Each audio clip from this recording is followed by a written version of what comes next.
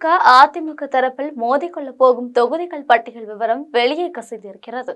திமுக தரப்பில் இறுதியாக போட்டியிடும் வேட்பாளர்கள், அதேபோல் அதிமுக தரப்பில் இறுதியாக போட்டியிடும் வேட்பாளர்கள் பற்றிய விவரங்கள் வெளியே தெரியவந்துள்ளன.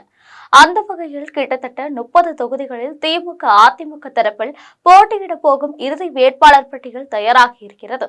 இது பற்றி ஜெம் தொலைக்காட்சி வழங்கும் சிறப்பு செய்தி தொகுப்பை இப்போது பார்க்கலாம்.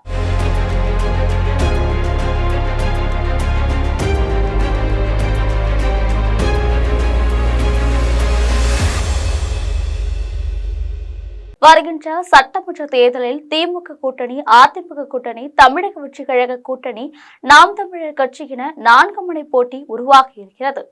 அனைத்து கட்சிகளுமே கிட்டத்தட்ட தங்கள் வேட்பாளர்கள் யார் யார் என்பதை தனித்தனி குழுக்கள் அமைத்து கிட்டத்தட்ட முடிவு செய்து விட்டார்கள். வேட்பாளர்கள் நேர்காணல் என்பது ஒரு வகையான கண்துடைப்பு என்பது அனைவரும் அறிந்ததுதான். அந்த வகையில் திமுக கூட்டணி மற்றும் அதிமுக கூட்டணி சார்பில் போட்டியிடக்கூடிய வேட்பாளர்கள் பட்டியல் தயாராகி இருக்கிறது. இதில் கிட்டத்தட்ட 30 தொகுதிகளில் போட்டியிடக்கூடிய வேட்பாளர்கள் யார் யார் என்ற உறுதியான தகவல் வெளியே கசிந்திருக்கிறது. முதல் கட்டமாக தமிழக முதல்வரும் திமுக தலைவருமான மு.க.ஸ்டாலின் மீண்டும் கொளத்தூர் தொகுதியில் தான் போட்டியிடுகிறார். அதில் எந்தவித மாற்றமும் இல்லை. அடுத்த கட்டமாக துணை முதல்வர் உதயநிதி ஸ்டாலின் ஏற்கனவே திருவல்லிக்கேணி, சேப்பாக்கம் தொகுதியில் போட்டியிட்டு வெற்றி பெற்றார். இந்த முறையும் அங்குதான் போட்டியிடுகிறார்.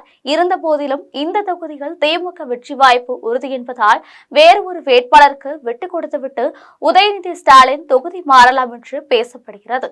இதேபோல் அதிமுகவை பொறுத்தவரையில் எடப்பாடி பழனிசாமி கடந்த தேர்தலில் எடப்பாடி தொகுதியில் போட்டியிட்டார். தற்பொழுது அவரும் தொகுதி மாறுவதாக பேசப்பட்டு வருகிறது.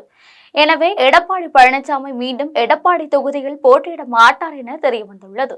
திமுகவை பொறுத்தவரையில் உதயநிதி ஸ்டாலின் சிபாரிசு செய்யும் 40 வேட்பாளர்களும், நாடாளுமன்ற உறுப்பினர் கனிமொழி சிபாரிசு செய்யும் 28 வேட்பாளர்களும் வாய்ப்புகள் வழங்கப்பட இருக்கிறது.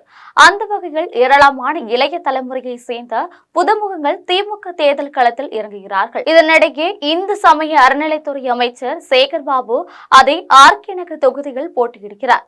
சுகாதாரத்துறை அமைச்சர் மா. சுப்பிரமணியன் மீண்டும் சைதாப்பேட்டை தொகுதியில் போட்டியிடுகிறார். அமைச்சர் ஏவா வேலு திருவண்ணாமலை தொகுதியில் போட்டியிடுகிறார். தங்கம் தென்னரசு திருச்சுழி தொகுதியில் போட்டியிடுகிறார்.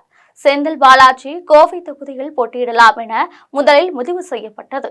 ஆனால் அந்த முடிவில் மாற்றம் செய்யப்பட்டு அவர் மீண்டும் கரூர் தொகுதியில் போட்டியிடுகிறார்.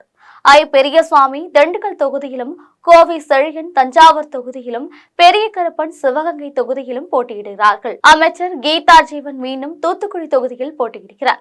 நாடாளுமன்ற உறுப்பினர் கனிமொழி மாநில அரசியலுக்கு வர வேண்டும் என்ற கோரிக்கை எழுந்திருக்கும் சூழ்நிலைகள் தூத்துக்குடி தொகுதி கனிமொழிக்கு ஒதுக்கப்படலாம் என்ற நிலைமை இருக்கிறது. இதனைத் தொடர்ந்து ராமநாதபுரம் தொகுதியில் அப்பாவு போட்டியிடுகிறார். முன்னாள் அதிமுக சட்டமன்ற உறுப்பினர் மனோஜ் பாண்டியன் திமுகவில் இணைந்த வகையில் அவருக்கு ஆலங்குளம் தொகுதி ஒதுக்கப்படுகிறது. இதனிடையே அதிமுக தரப்பிலும் உறுதியான வேட்பாளர் பட்டியல் ஒன்று வெளியே கசிந்திருக்கிறது. அந்த பட்டியலும் இப்பொழுது பார்த்துவிடலாம். முதல் கட்டமாக முன்னாள் அமைச்சர் கோகுல இந்திரா சென்னை அண்ணா நகர் தொகுதியில் போட்டியிடுகிறார். எடப்பாடி பழனிசாமி மீது ஏராளமான குற்றச்சாட்டுகளை கூறிய இவருக்கு மீண்டும் அண்ணா நகர் தொகுதியில் போட்டியிடும் வாய்ப்பு கிடைத்திருக்கிறது என்பது குறிப்பிடத்தக்கது. முன்னாள் அமைச்சர் ஜெயக்குமார் ராயபுரம் தொகுதியில் விட்டு மாறுவதாக இல்லை. எனவே அவருக்கு மீண்டும் ராயபுரம் தொகுதியிலே ஒதுக்கப்படுகிறது. இதேபோல் கே.பி. முனுசாமி வேப்பனஹள்ளி தொகுதியிலும், செம்மலை ஓமலூர் தொகுதியிலும் போட்டியிடுகிறார்கள். எடப்பாடி பழனிசாமியின் நம்பிக்கை நட்சத்திரமான வேலுமணி மீண்டும் தொண்டாமுத்தூர் தொகுதிகள் போட்டியிடுகிறார்.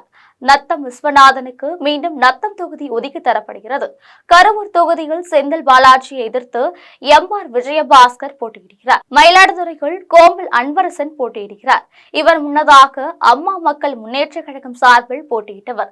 தற்பொழுது அதிமுக சார்பில் இவருக்கு வாய்ப்பு தரப்படுகிறது. இவர் அதிமுக இளைஞரணி மாநில துணை செயலாளராக இருக்கிறார்.